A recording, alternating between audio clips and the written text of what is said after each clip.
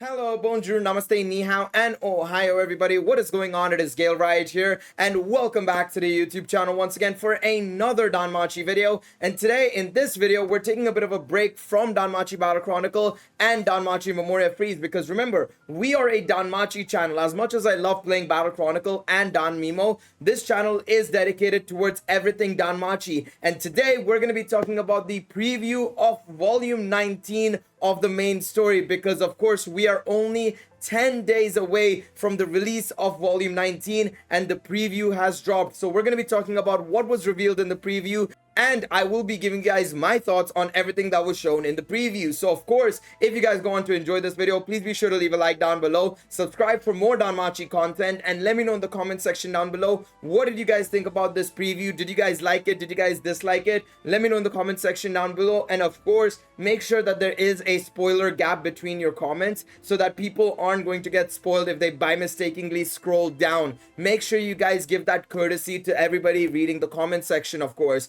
Now, one more thing to add on top of that is that this video will contain spoilers for Danmachi's volume 17, 18, and 16. I don't know why I said it in that order, but basically volume 16 to 18 spoilers will be in this video. So of course, if you haven't been keeping up to date with all the Danmachi light novel content, I would advise you guys skip this video, come back once you've caught up with all the light novels and watch this video then, because yeah, like I said, a lot of people will get spoiled if they watch this video, and especially with the events that happen in volume 16 to 18, those will get spoiled in this video. So keep that in mind before you get into this video. Now, with that disclaimer out of the way, let's talk about volume 19. So I will be leaving a link to this down below in the description, but basically it's a website where we can see the entire preview in Japanese. We obviously have the chapter names and everything. Of course, if you guys can translate it in the comment section, it would be great. I haven't had the time to do so myself, to be quite honest. I've been super busy with packing and moving stuff, so I've been relying on everybody else to translate this for me, to be quite honest.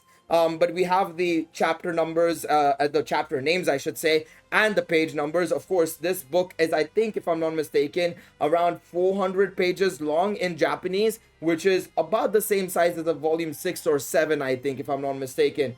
Of course, we have a brand new dark elf to look at, of course. I think she is supposed to be part of Nina's party, to be quite honest, because, of course, similar outfit and everything. So she is probably a part of the education district. So keep that in mind. We obviously have the entire character page here. Of course, we have the, we obviously have the Hestia familia on the right-hand side, including Nina and Aina as well. And then on the left-hand side, we have the entire hostess of fertility. We have Eyes, Hermes, Otaral, Alan, Hogni, Hayden, Alfred, Helen, Leon, and Balder. Of course, some of you guys probably don't know who Leon and Balder is. Of course, if you have read the SO13 spoilers, which I have made a video on already, you guys already know who Leon and Balder is. Balder is, of course, the god that is present in the education district. One of the gods, I think, that's present in the education district. I don't know if it's the only god in the education district. Might be the only god in the education district, but it's obviously Balder is a god in the education district, and Leon is the Knight of Knights. So he is the level 7 that is outside of ORARIO, and obviously that is something to note, and that's gonna play a big role, I believe, in this arc. Of course, Bell meeting the second level 7 that is in the world of ORARIO and outside of ORARIO, basically, because it's beyond ORARIO technically. I don't know what the world is called. Gekkai. We'll just call it Gekkai because it is Genkai. So it is effectively the other level 7 roaming the earths, basically, that's going to be making his appearance in this volume. It's not his first appearance, because his first appearance was actually in SO13, but his first appearance in the main story, and I think it'll play a big role, in all honesty. I really do believe it'll play a big role. They even mentioned it, I think, in one of the synopsises or something, that he is going to meet the Knight of Knights, I think. I'm not sure exactly, but I think when we got the cover picture for the very first time, right?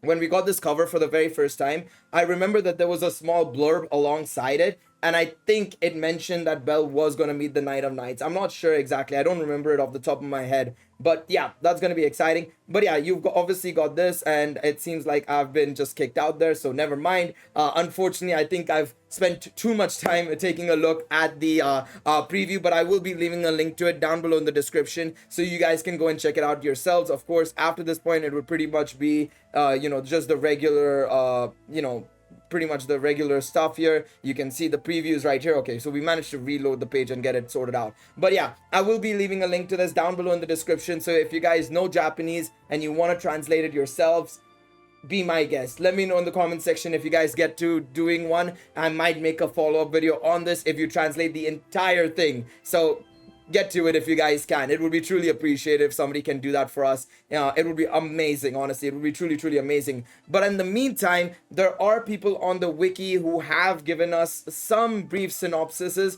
of what exactly goes down in the previews. Big shout outs to AP24 for getting these spoilers across to us. I'm going to just quickly refresh the page in case he's decided to add any more information. But if we take a look at this right now, so first and foremost, Omori has tweeted a list of side stories that will be in volume 19, I think. One is going to be between Belle and Nina. Gamers, Anya and Alan. Surugaya is going to be Hestia Familia and Seer. Melon Books is Aina and Seer. Tora Noana is going to be the guild. So obviously these side stories will be coming alongside special pre-orders and sales of the book, of course, right? So if you buy volume 19 from Gamers, for example, you'll get a side story with Anya and Alan. If you buy it from Surugaya, it's going to be Hestia Familia and Seer. Apparently there's also one with Belle and Hayden as well, but that's unconfirmed still at this point in time. So we'll see how that goes. I'm very much looking forward to, out of all these side stories, Hestia Familia and Seer, of course, with the events of volume 18.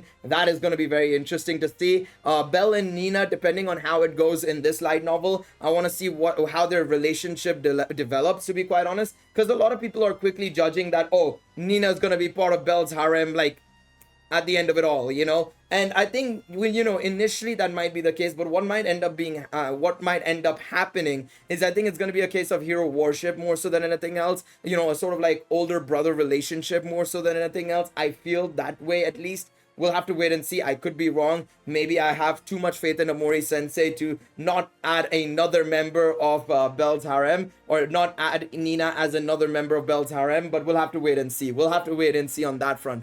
Now let's talk about what exactly goes down in the chapter and the light novel specifically, and it's very interesting, to be quite honest. So first and foremost, prologue is just Aina and other guild members talking about the war games and the school district coming to ORARIO. So of course this takes place after the events of volume 18, of course, where you saw the Freya Familia go up against pretty much 95% of ORARIO, excluding, like, I think it was the Loki Familia and Ganesha Familias, right? Outside of that, everybody was in the fight against Freya Familia. The faction alliance members, aka pretty much everybody except for the Freya Familia and Ganesha Familia and Loki Familia, are having a victory party at Mia's Tavern, and Freya Familia members are working there.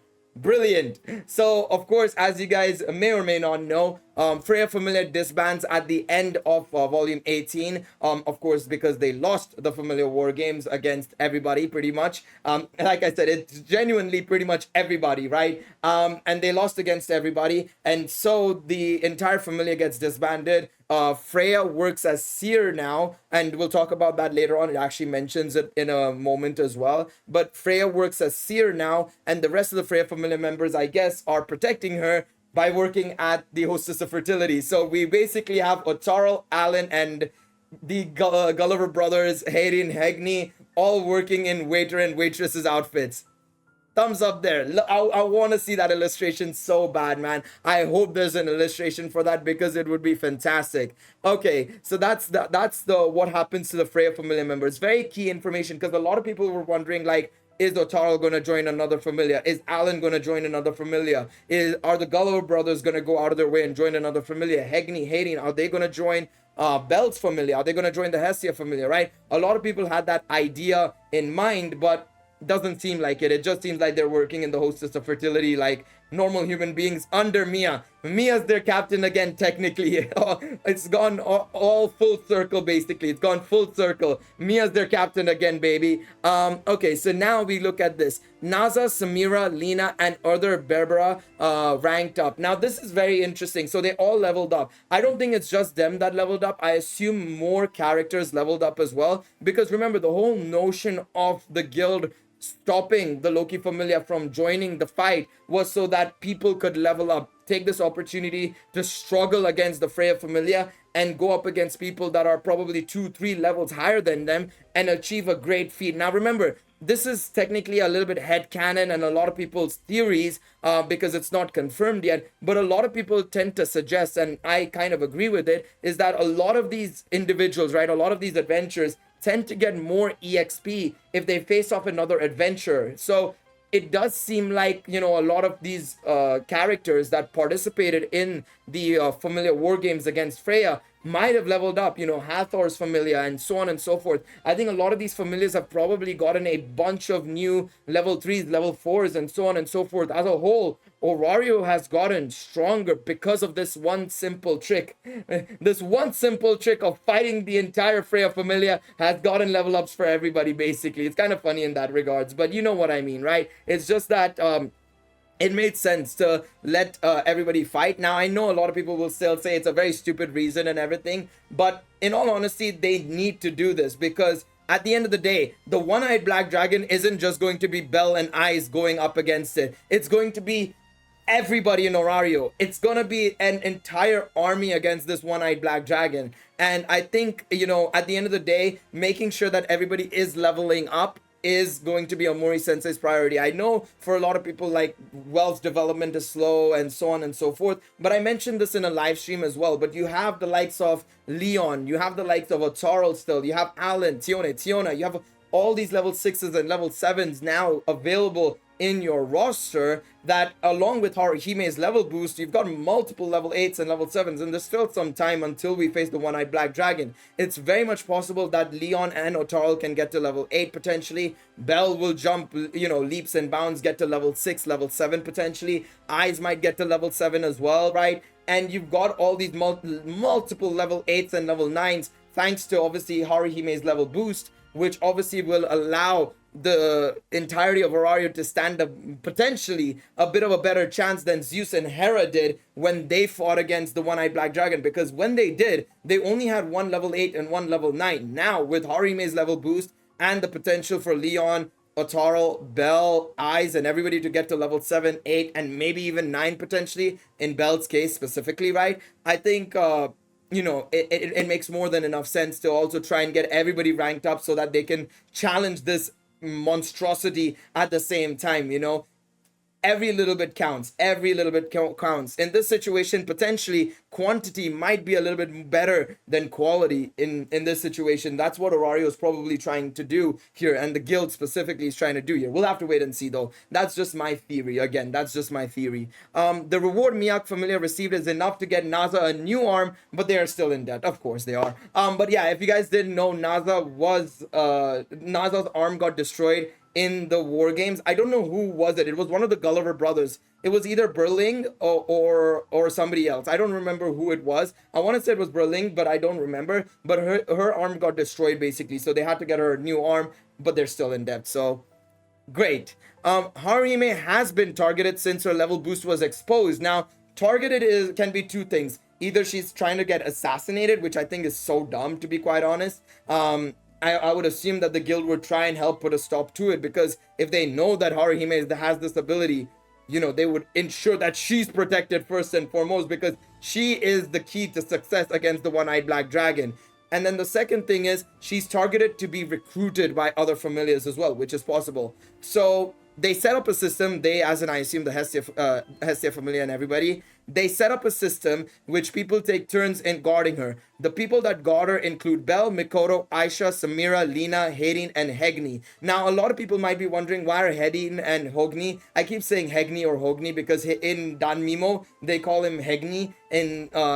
In the actual translations for the light novels and everything, it's actually Hogni, so it's a bit weird there. But the reason why Hayden and Hogni are probably helping Belle is because they want to help Belle. At the end of the day, based on obviously the events that happened in volume 17 and 18, I think Hayden and Hogni have a good amount of respect and admiration for Belle, I assume. So I think they might want to help him out just because of that, and Haruhime as well specifically, right? So I think that's going to be something that is well worth noting, of course, right? Seer is actually Freya. Is now common knowledge to the gods, but it's a secret to most people. So I assume the only people that know that Seer is actually Freya is probably the Hestia Familia, and maybe some one or two other Familia members as well from outside Hestia Familia. Maybe like, for example, Aisha might know it, maybe Naza might know it, maybe some others might know it, right? I don't think everybody will know it, of course, right? So that's something to bear in mind. Ryu's hair length and color are completely back as they used to be in a Stray record. So long haired, blonde, great, love it, love to see it, love to see it. I love Ryu's hairstyle in a Stray record, so I love to see it. And then at the end of the preview, Ryu tells Belle that she wants to join the Hestia Familia.